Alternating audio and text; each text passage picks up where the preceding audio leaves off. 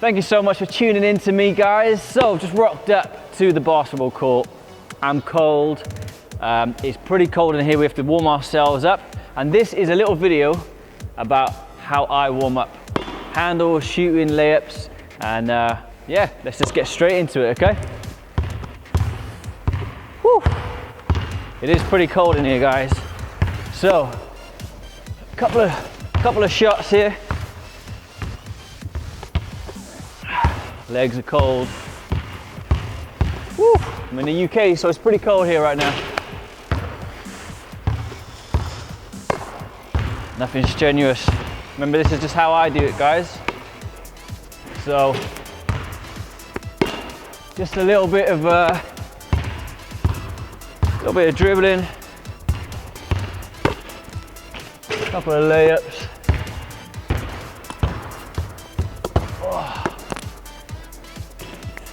And we're going to be doing lots of these videos. We're going to be doing challenges, shooting competitions. I'm going to show you guys how to shoot, not just a dribble. A lot of people think I can't shoot because I just do the handles and the moves, but I spent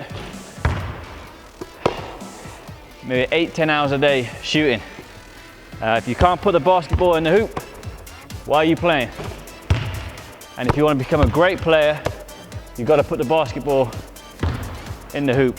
So I think sometimes the amount of comments I get on my YouTube channel, my Facebook, just saying my technique is all wrong and my shot is ugly. It got me 44 points a game when I was playing every game, averaging over 44 points a game. So we're going to be doing loads of shooting, competition and drills to prove sort of NBA shooting stuff. So for example, NBA players hit, you know, maybe 75 out of 100 shots. Great players obviously could hit potentially more. So we're going to get into how many shots I can hit from different angles, show you guys all different techniques when the ball comes into you, about how to square up, okay? How to set your feet. And there you go, there's my first miss, and I'm just warming up. But we're gonna get into all this and more. On my Facebook and YouTube channel, we're gonna be doing tutorials, loads and loads of different tutorials. So getting down a little bit lower now, as my legs warm up. Maybe come down the post, a little fade away. I don't actually have a structure to the way I warm up, just whatever comes. A couple of different jump shots and different things really, just to sort of have a nice warm up. Warm your shoulders up, warm your wrist up.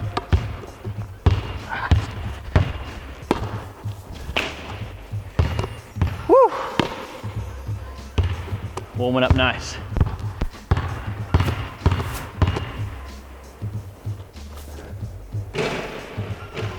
There you go. Maybe a little around the key, just to check that your wrist. It's a good way of testing if your wrist is ready to play. And good shooters will know what I mean.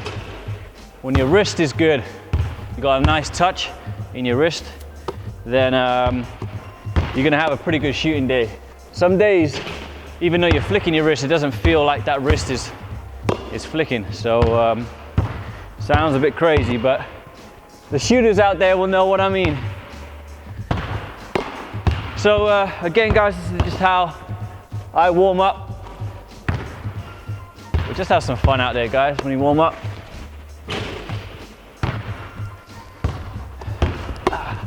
Bank. I normally spend around maybe 5-10 minutes just having a little warm up, just dribbling. We can go. I always tend to not shoot from outside until I'm warm. Just something that I picked up over the years, just trying to get as nice and warm. If you start close to the basket and work your way out, I tend to have a better shooting game. So maybe you guys can try it at home, but obviously it's for you guys to find out what works for you guys. I can already feel around this area my wrist is not as good right now. I was shooting a bit closer, so it tells me that my wrist and my arms, my shoulders are not quite warm enough yet. So I'm looking forward to getting into loads of different challenges with you guys. We're going to challenge each other's skills. I'm going to show you guys a huge range of moves, tricks, jump shots, and try and show you guys that when you become a great streetball player, you are truly unstoppable. And that is very true.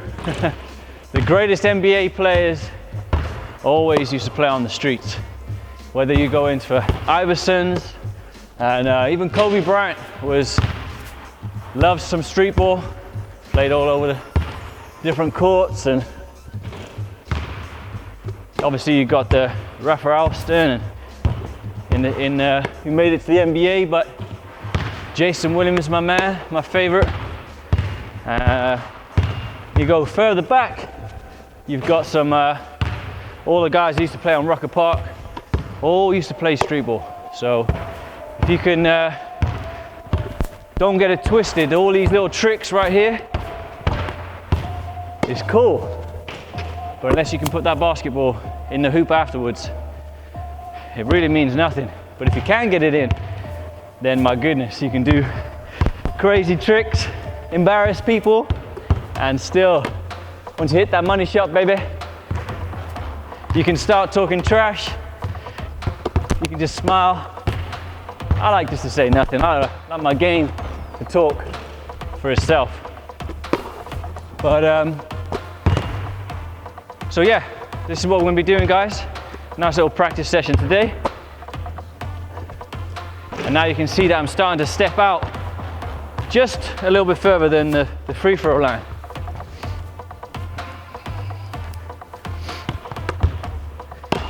You can notice as well, I haven't shot a three, because as I said earlier, my wrist isn't ready for that just yet. For me, you have to build confidence in your mind and in your heart before you play a game. So you hit the shots you know you can hit. Inside you do gain confidence. You really do gain confidence. There's no point shooting threes when you've just walked into a gym cold and people are seeing you miss and you see yourself miss. So my advice, always stay down nice and low. Again, you guys can do whatever works for you guys, but I'm just sharing with you what has worked for me in obviously real games and streetball games. I always do the same thing. Build my confidence in and around the key. Set my feet a bit better for that shot. Whenever you miss, there's always a reason why. You need to just figure out why. As soon as I know I've missed one or two, I change my feet, I change my stance. Okay? And that's just a lifetime of playing basketball. You've heard shoot is shoot, because you figure out what it is you're doing wrong. So if something's not working for you, maybe change it. Okay, so hit a few shots there. Now I want to step back out to where I was missing a few and see if I can get my structure, my feet spread, shoulders facing the basket. As I come around, both my feet are facing the basket. We're building confidence. Okay? So you're out here now.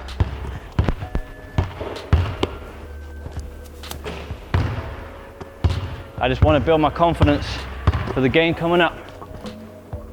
Okay? The reason why I missed that jump shot, I can tell you straight away. I did not have enough spring in my jump shot. Sure, I get it right. The difference is between a great player and a good player is a great player will shoot without thinking because they've practiced such a long time that their feet and everything is set and everything's perfect. You don't think about how you're doing it and you can just hit the shots. That's a great player.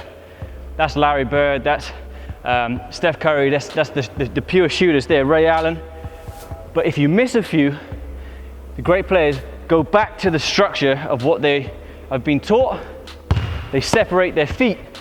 They're straight, their shoulders are straight to the basket, their legs are straight. The shot, when you actually really think about it. So, there's two levels. There's people that just really concentrate on every shot. The feet gotta be structured. The shoulders are straight. Everything's, mechanical. And you can hit shots like that. Great players don't think about nothing. They just shoot, but that's just repetition, repetition, repetition. However, when you see those shooters have a bad shooting day, they stop, they set themselves, and they become mechanical. So, that's a little warm up from me, Tom the Conman Connors, professional street basketball player, multiple Guinness World Record holder. Hope you've enjoyed it, hope you've learned a little something, and this is again how I warm up, building confidence, and now I'm ready to go on to the next challenge. So make sure you subscribe, like my Facebook, Instagram, because we're going to be doing many, many different challenges, shooting techniques, dribbling, and of course, a load of street ball moves.